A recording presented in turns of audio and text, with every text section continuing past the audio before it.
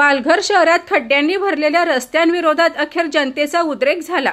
पालघर जनजागृती अभियान अंतर्गत रविवारी सायंकाळी हुतात्मा स्तंभाजवळ नागरिक मोठ्या संख्येने एकत्र आले आणि प्रशासनाच्या उदासीनतेविरोधात जोरदार आवाज उठवला।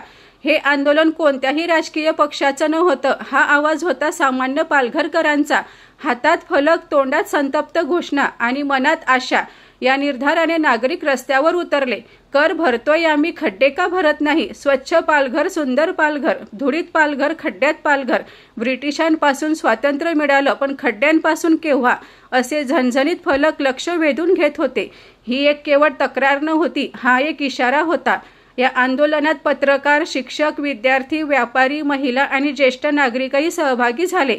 खड्ड्यांवर आधारित पथनाट्य सादर करून रस्त्यांची दयनीय अवस्था चित्ररूपात दाखवण्यात आली, तर सह्यांची मोहीम राबवून नागरिकांनी आपल्या मागण्या अधिक ठामपणे मांडल्या।